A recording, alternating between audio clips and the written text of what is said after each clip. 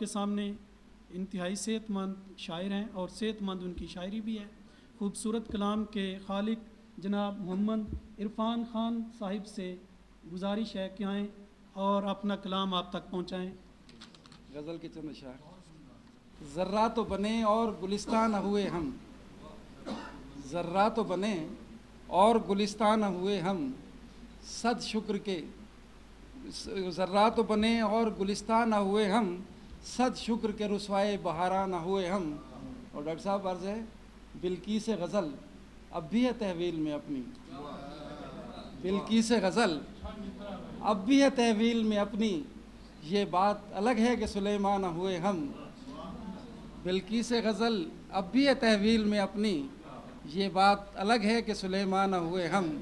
और लौ जिसकी अंधेरों से हो तारीक ज़्यादा, लौ जिसकी अंधेरों से हो तारीक ज़्यादा, अच्छा है कि वो शम्मे फ़िरोज़ा न हुए हम।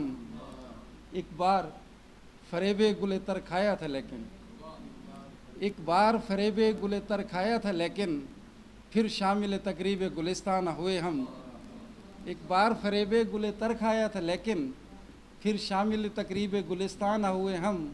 और अहबाब से खाए हैं कई ज़ख्म कई संग, अहबाब से खाए हैं कई ज़ख्म कई संग, अग़यार के शर्मिंदा ऐसा न हुए हम। मक्तार से क्या फ़ायदा उस रिंदी खुश रंग का इरफान, क्या फ़ायदा उस रिंदी खुश रंग का इरफान, मैं पी के भी घर साहिब इरफान न हुए हम।